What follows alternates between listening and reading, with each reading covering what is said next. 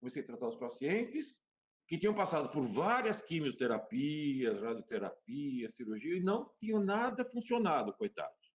Quando eu tirei a causa, os tumores regrediram. Médico pela Santa Casa de São Paulo, é doutor em Fisiologia pela Universidade de São Paulo e PhD em Ciências. É autor de diversos livros de medicina, entre eles o Oncologia Médica, Fisiopatogenia e Tratamento. Na obra são relatados 685 casos clínicos de pacientes que não responderam à medicina convencional, mas tiveram tumores regredidos com as estratégias integrativas. O mesmo livro foi atualizado e traduzido para o inglês como Integrative Medical Oncology.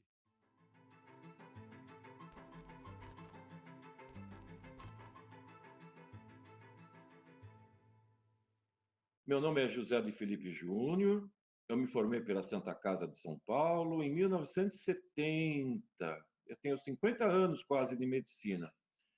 E eu fiz clínica médica. Fiz 2 anos de residência de clínica médica. E como todo menino que sai de uma faculdade, ele gosta de cuidar de doenças graves, né? Então ele quer mexer na gravidade do doente, ele quer interferir na vida, ele quer ter aquelas responsabilidades de doentes muito graves. Então, se para de respirar, você entuba, se para o coração, você coloca um marca-passo. Então, eu empenhei por essa via. E aí eu fiz a medicina intensiva, né? E aí, só que não existia especialidade de medicina intensiva. Então, o que eu fiz? Eu fundei a Associação Brasileira de Medicina Intensiva. E eu fui eu idealizei a primeira prova de medicina intensiva, apliquei e assinei os primeiros 800 diplomas de médicos intensivistas no Brasil.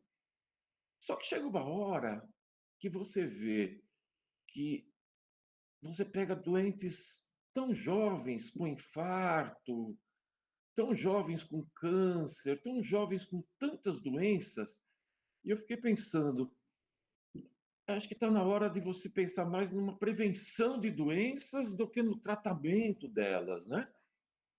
Aí eu conheci o Dr. Guilherme Deutscher, sabe? E ele trazia para o Brasil, às custas dele, esse grande médico, às custas dele trouxe bioquímicos da Inglaterra, da Austrália. Então eu fui aprender a bioquímica aplicada à medicina. Eu já adorava fisiologia, né? E nos congressos eu vi muita coisa bonita de bioquímica. Mas nesse ínterim, logo que eu me formei, eu eu fui no Instituto de Ciências Biomédicas da USP. Eu fiquei lá 5 anos fazendo pós-graduação em ciências, em fisiologia pura, para entender o que é uma célula normal, sabe? É difícil saber o que é normal. Existem tantas variedades, é tão variável os parâmetros, né? Então, fiquei 5 anos estudando o que é uma célula normal, a fisiologia normal, e me graduei. E fiz a tese de doutorado, né? E fiquei em PhD em ciências, né? PhD em ciências. Aí a Santa Casa me convidou para ser diretor do departamento de fisiologia. Aí eu fiquei diretor do departamento de fisiologia, bioquímica e farmacologia. Ai, muitas aulas, não dava nem para estudar direito, sabe? Aí eu acabei saindo de lá e fundei a Sociedade Brasileira de Medicina Biomolecular. Aí o Conselho Federal de Medicina proibiu a medicina ortomolecular. Existiam 3 sociedades na época. A do Guilherme Deutscher, uma outra, de oxidologia, e a minha recém-formada, a minha pequenininha, eu era peixinho pequeno. Mas só que essa associação que eu fiz, eu fundei dentro da Santa Casa de São Paulo. Então, em vez de brigar com o Conselho Federal de Medicina, eu fui dialogar com eles. Em 2, 3 anos de diálogo, eu consegui, ou nós conseguimos, da minha associação, muitos médicos me ajudaram nisso, mas eu que era o porta-voz, de regulamentar, olha só, regulamentar a medicina ortomolecular e biomolecular no Brasil. Então, a medicina ortomolecular, biomolecular, é regulamentada no Brasil, certo? Não é uma especialidade, mas está regulamentada. E esse tipo de medicina cuida das células, né? Cuida das células. Então, é uma coisa muito bonita, porque quando eu aprendi medicina, os meus professores, eles ensinavam a tratar de doenças. Felipe, você tem que tratar de doenças. Se tu tem uma doença, você trata. Agora não. Agora o que a gente faz? A gente estuda o indivíduo, vê como ele está funcionando, vê se tem alguma coisa atrapalhando a vida dele e, mesmo sem doença, nós usamos algo para que ele se mantenha saudável. Há 300 anos houve a Revolução Industrial. E aí inundou de metais tóxicos e substâncias químicas do planeta. E isso não foi falado em faculdade, né? E os agrotóxicos, tudo isso faz mal para a saúde. Então, olha que coisa linda.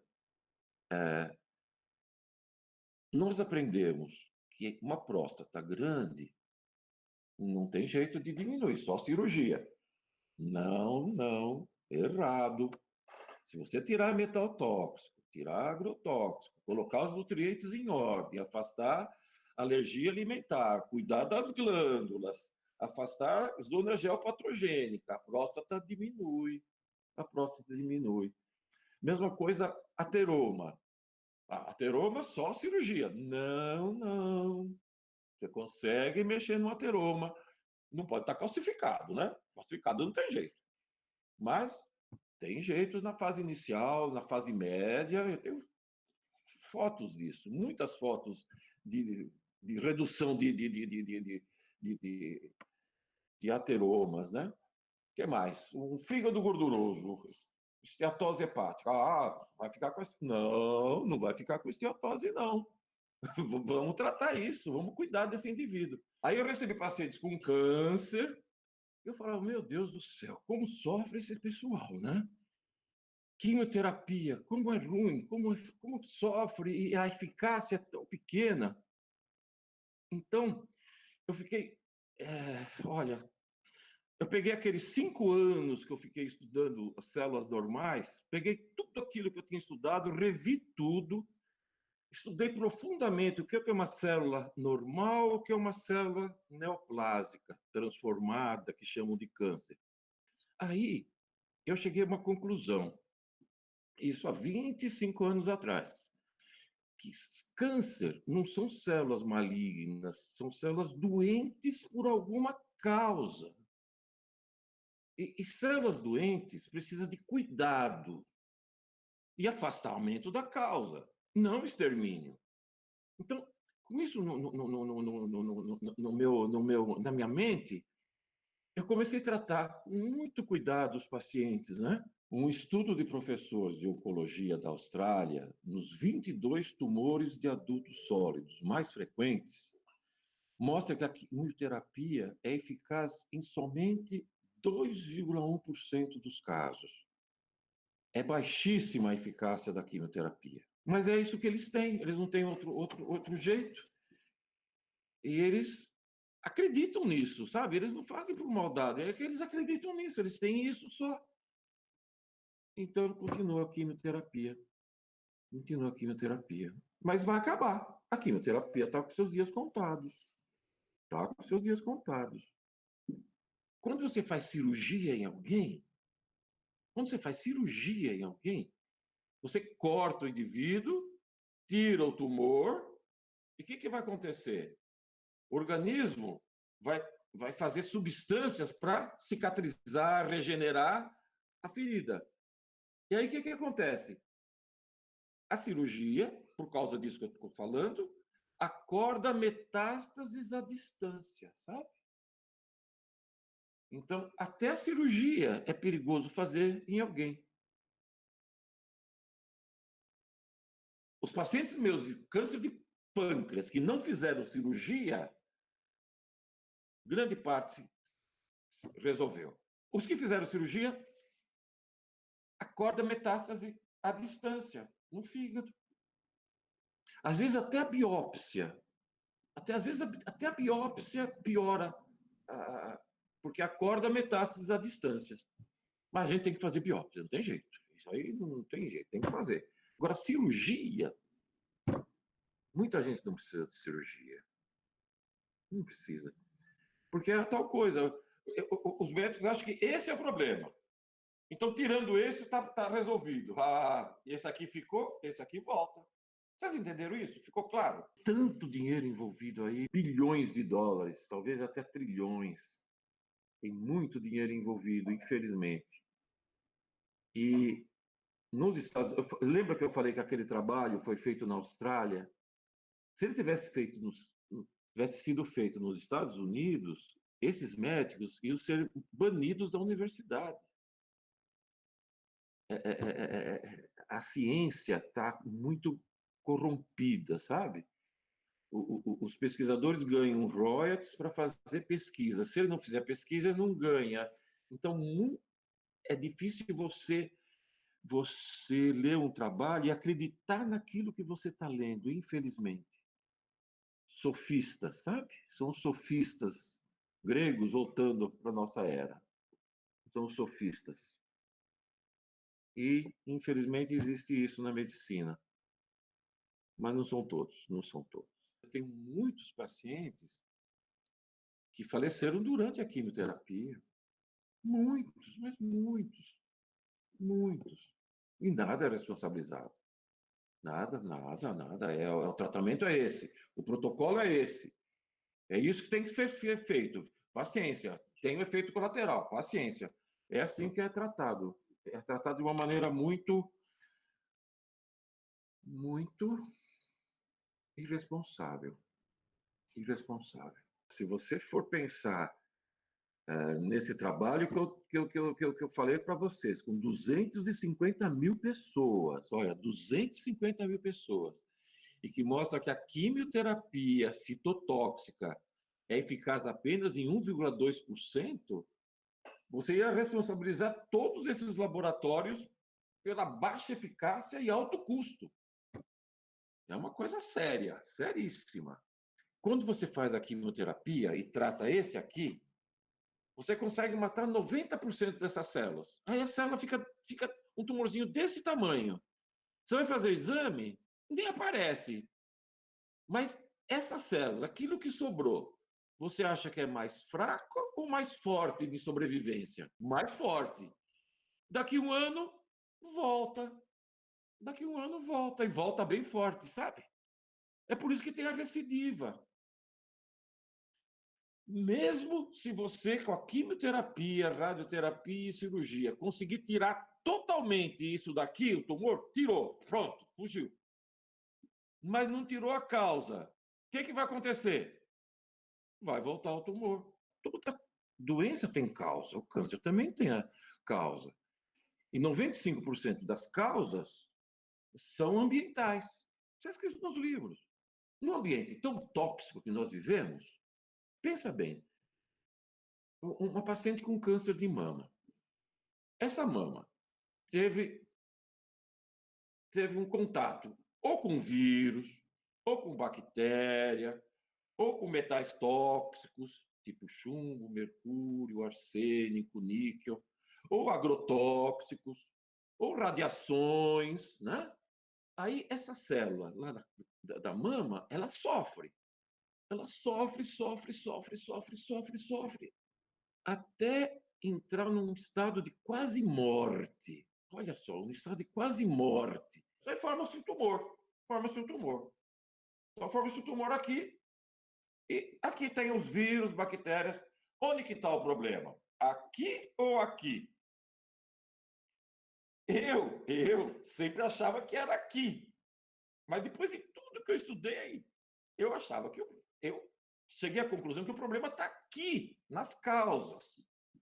E aí, eu comecei a tratar os pacientes, que tinham passado por várias quimioterapias, radioterapia, cirurgia, e não tinham nada funcionado, coitados. Então, eu tentei buscar as causas e tirar as causas.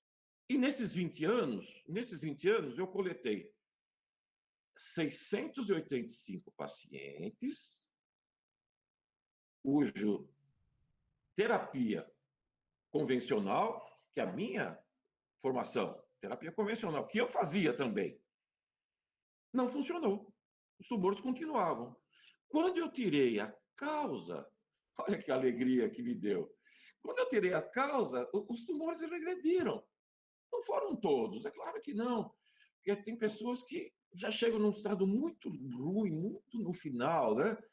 Já não tem mais um ponto de não retorno. Mas as pessoas que ainda mantinham o status quo, né? É, tirando a causa, o efeito desaparecia. Então, essa foi uma das alegrias maiores da minha vida. Se você pega um paciente no seu consultório, ele não tem câncer, não tem câncer, mas tem metal tóxico, chumbo, mercúrio, arsênico, níquel, ou tem agrotóxico, mas não tem câncer.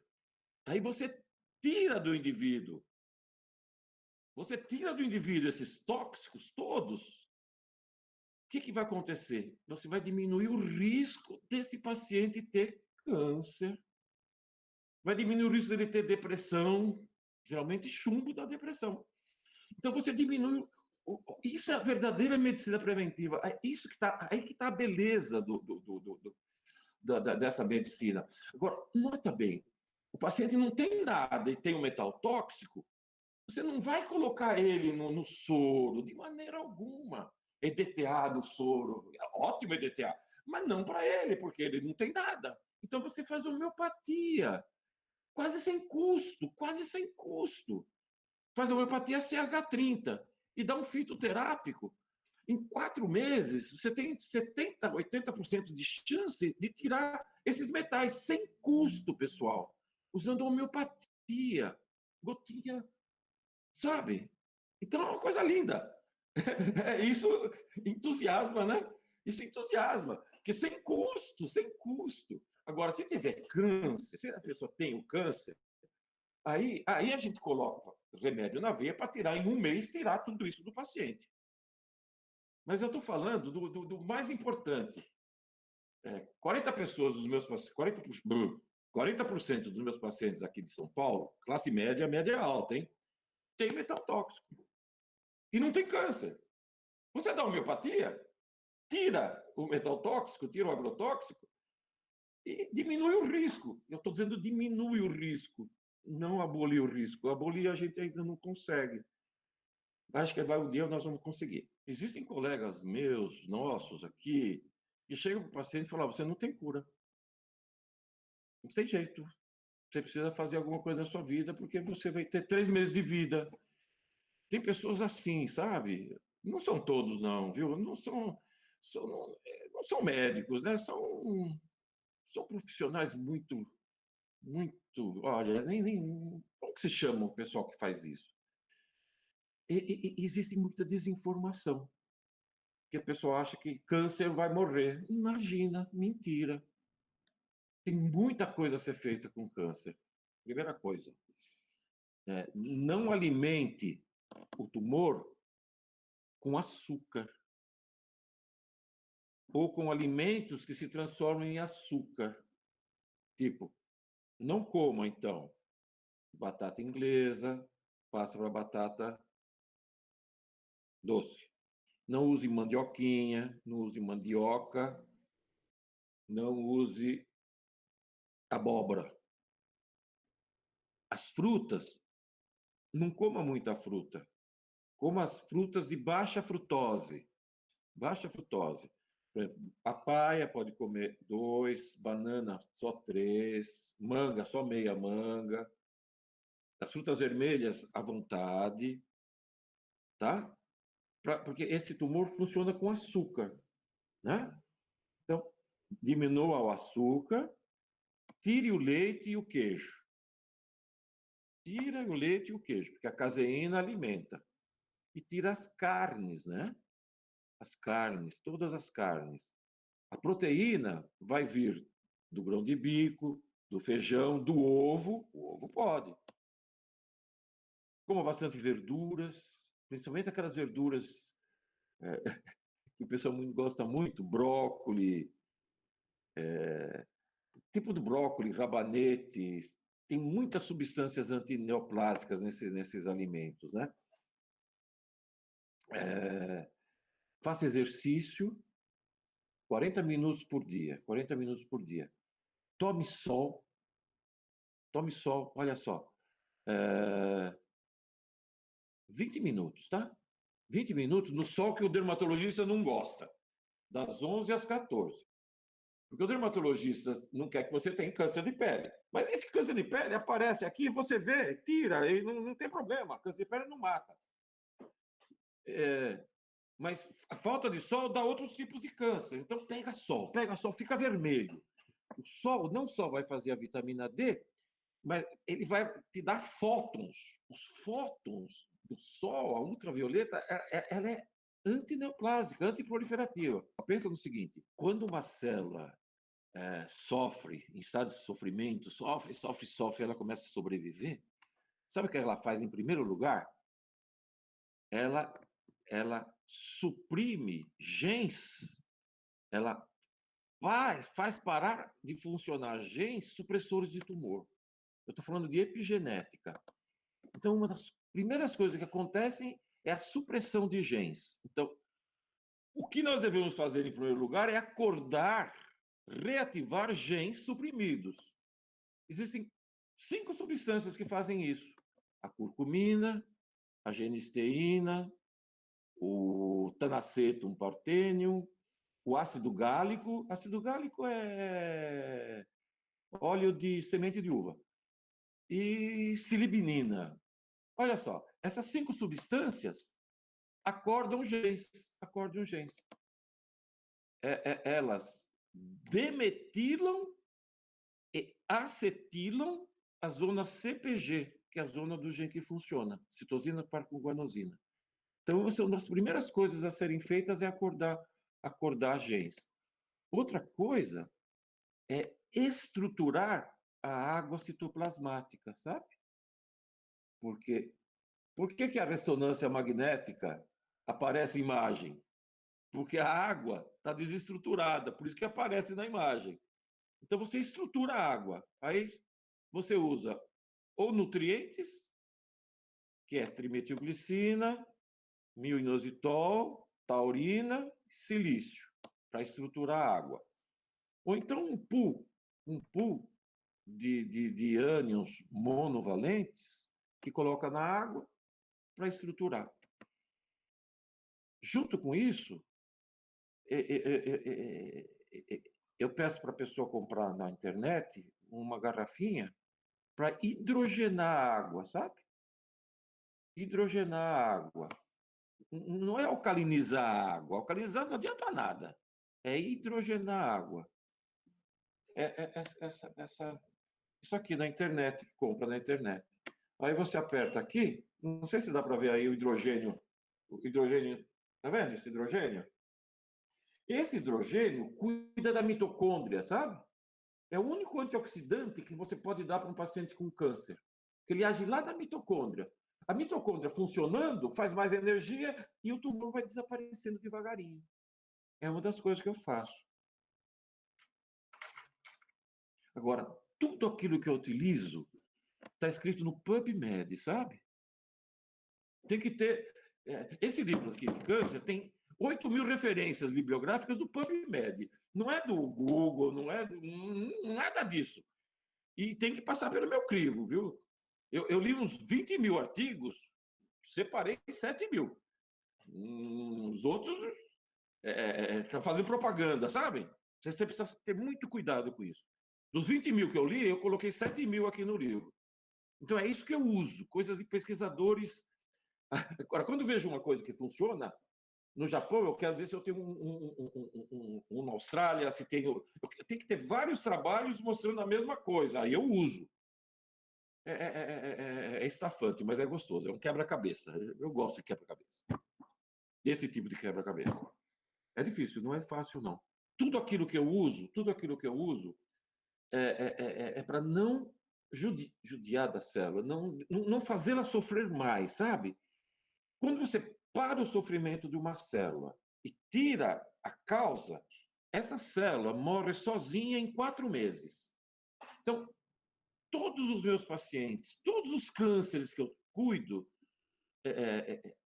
se funcionar aquilo que eu dei, o tumor desaparece regride em 4 meses. Apoptose, sem inflamação. Agora, eu uso muita coisa para diferenciar. São coisas simples que eu posso falar mais uma coisinha? Olha, no planeta Terra existe uma rede eletromagnética de 2 metros por 2,5 metros. É uma rede, é assim, 2 metros por 2,5 metros. Se a pessoa dorme num cruzamento, chama rede de Hartmann, ela tem mais propensão de ficar doente, inclusive câncer.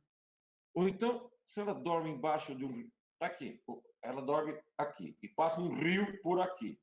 O rio passa assim, manda uma radiação e pega o indivíduo lá no 100º andar.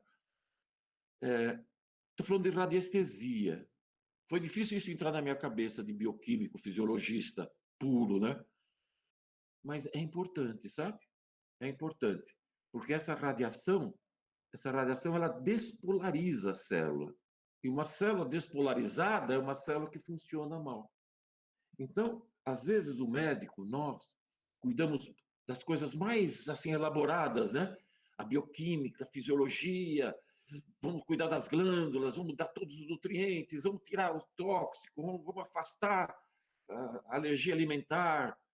E nos esquecemos desse pormenor, que é muito importante, que não é pormenor, é por maior. Então, o doutor Salvatore Di Salvo, um grande radiestesista, ia na casa dos meus pacientes com câncer. Cada 10 pacientes com câncer que eu tratei, 6 a 7, dormiam num lugar assim, num cruzamento Hartmann ou no passagem do rio subterrâneo. Mas ele morreu, sabe? Então, ele ia lá na casa, fazia e tirava a cama do lugar. Mas ele morreu, eu não tenho mais ninguém. Então, eu li uma coisa, um livro velho de radiestesia, que se você colocar uma manta térmica de alumínio embaixo da cama, embaixo do assento do lugar que você trabalha, eu vou mostrar para você. Isso aqui, ó, é uma manta térmica de alumínio, compra em casa de material de construção. Puxa vida, você diminui o risco de câncer. Já é alguma coisa de prevenção, sabe? Isso é muito importante. Eu não dava importância para isso, mas agora eu dou importância. Olha, livre docente em medicina intensiva, em clínica médica, PhD em ciências, professor de fisiologia lá, dá valor à radiestesia, campo eletromagnético produzindo doenças, tá? Eu dou valor porque eu vi isso, eu vi.